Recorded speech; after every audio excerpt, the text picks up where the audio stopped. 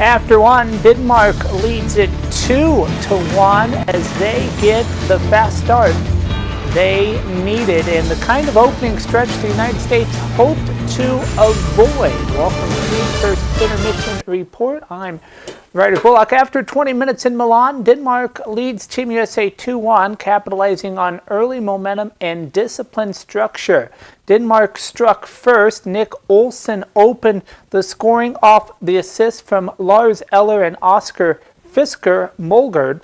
A transition chance caught the Americans flat-footed, and Denmark finished clinically. 3:35, USA answered back. Matt boldly tied it up, converting off crisp puck movement from Quinn Hughes and Jacob Sullivan. That's Hughes' third assist of the tournament. He continues to drive play from the blue line. 11:16, Denmark regains control. Defenseman Nicholas B. Jensen restores the Danish lead, assisted by Malte Stekov. Traffic in front created chaos, and Denmark took advantage of loose coverage in the slot. So Denmark's plan is executing, as Denmark wants a low event, a structured game, but instead they've been opportunistic and aggressive early, capitalizing on space and made their limited chances count. USA's defensive gaps, the Americans have showed flashes of offensive depth, but defensive zone coverage has been loose at times. Puck management in the neutral zone will need to be tightened up in the second period. Blue line impact is all about Hughes as he continues to be a difference maker in transition, but Denmark's defense is joining the rush, particularly on Jensen's goal. And that shows they're not just sitting back. So what to watch for in the second? Can Team USA establish a sustained offensive zone pressure? Will Denmark retreat into a defensive shell or continue pressing? And like we've talked about all tournament in both the men's and the women's, special teams a potential turning point in penalties as they emerge. After one in Milan, the underdogs have the edge. The United States now faces its first real pushback of the preliminary round. Take you around the games. Earlier today, Finland delivered the most dominant performance of the preliminary round so far, overwhelming host nation Italy 11-0 in a one-sided Group B matchup. The Finns scored early, often, and from every corner of the lineup, showcasing the depth that makes them a real medal contender. First period, immediate control. Finland wasted little time assisting itself. A 6:49, Sebastian Aho opened the scoring off a setup from Mikko Ratinen and Arturi Lenkinen. Just under 3 minutes later, Mikael Granlund added a power play goal. Capo Keiko followed shortly after to make it 3-0 before the first intermission. Second period, depth on display. The pressure never let up. Joel Kurvente extended the lead early in the second, and Keiko added his second goal of the night, 7:39. Granlund struck again late in the period, his second, pushing the score to 6-0. And after 40 minutes, Italy, meanwhile, struggled to generate sustained offense, managing just 15 shots on goal for the game. Third period, the avalanche. The third period became a showcase. Defenseman Miro Hinskin scored on the power play at 1:01 into the frame.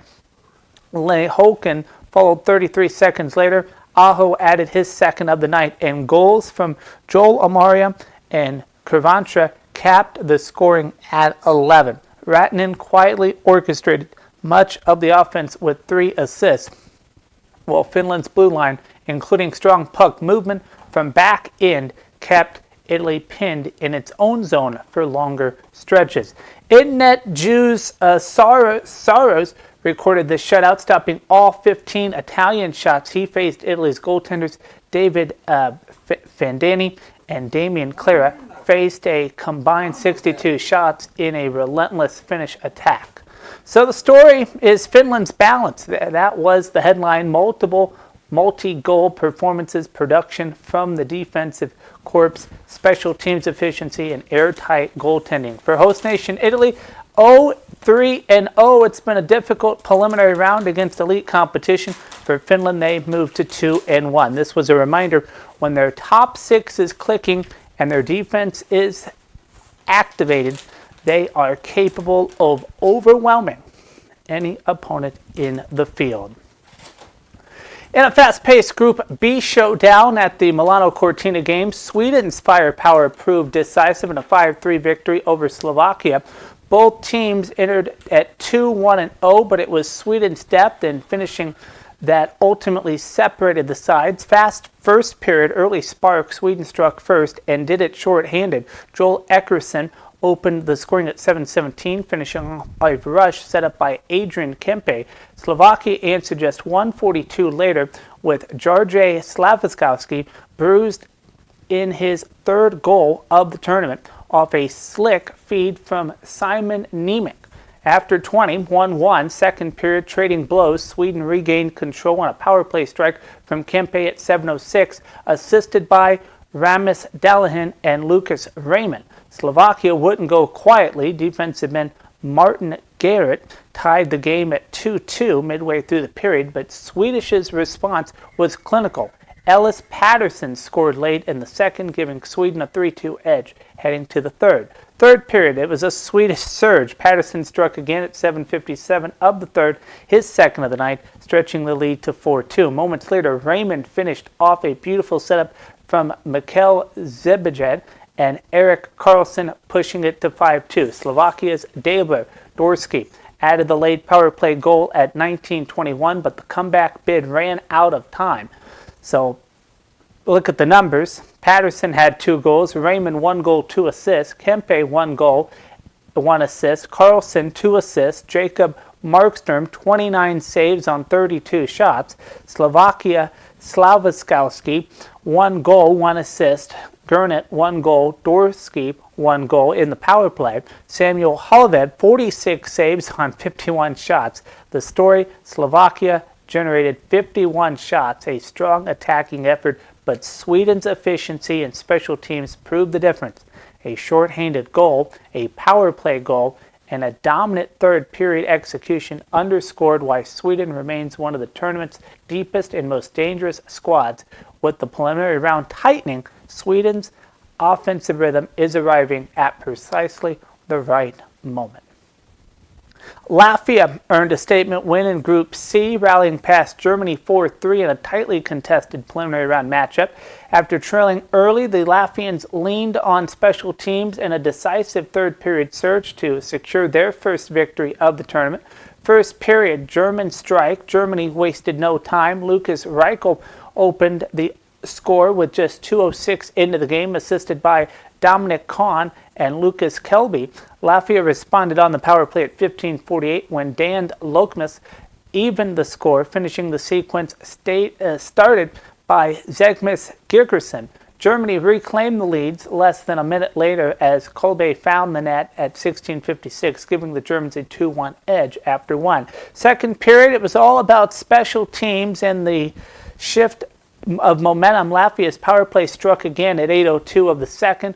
Lokmas delivered his second goal of the night, another man advantage tally, this time assisted by Bolkers and Janis Bolkanis after 2 periods, tied 2-2. Third period, Latvian surge. Latvia seized control midway through the third at 8:32. Edris Trollmerks buried the goal-ahead goal, assisted by Gingerson and Janis Jacks. 3 minutes later, Renners Kratzenbergs extended the lead to 4-2. With help from Kaspers Dogvins, Germany made its 10th late. At 17:41, Tim Stutzel scored his third goal of the tournament, assisted by Lenin Dratzel and J.J. Petrika, cutting it to 1, but Latvia closed the door. From there, the story of Latvia's power play was the difference. 2 goals with the man advantage flipped early momentum and steadied the group. After Germany's fast start, Germany generated pressure and got elite contributions from Strutzel and Darstel late. But Latvia's depth and opportunistic third period offense carried the night. In a balanced Group C, this 4-3 result could loom large in determining quarterfinal seeding as the preliminary round tightens. It is Saturday night in Milan, and while the medals in the Olympic ice dance were decided Thursday, the conversation surrounding the event continues to ripple through these games. France's Laurence Fournier-Boudre and Guillaume Cizeron captured gold in a razor-thin decision over Americans Madison Schock and Evan Bates, a margin of just over a single point. It was elegant, it was intense, and even 2 days later, it remains controversial. 5 of the 9 judges ranked the American duo ahead of the French pair in the free dance. Yet when the final scores were tallied, it was France standing atop the podium. At the center of the debate, one French judge, whose marks were significantly higher for the home nation's team than the rest of the panel. That discrepancy has fueled criticism online and revived long-standing questions about subjectivity in figure skating. Now it's important to understand how this works. The scoring system drops the highest and lowest marks in each category, a safeguard put in place after the scandal at the 2002 Winter Olympics in Salt Lake City. But even with those protections, judging in ice dance remains a blend of technical precision and artistic interpretation. And interpretation by nature invites debate. Chalk and Bates, 3-time world champions, delivered what many call a nearly flawless performance Thursday night. The French duo, sublime in their artistry, had minor visible synchronization issues in one of their twizzle sequences. Yet in the end, the component scores, skating skills, performance, composition, proved decisive.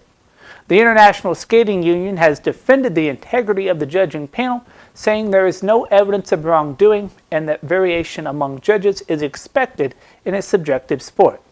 But perception matters.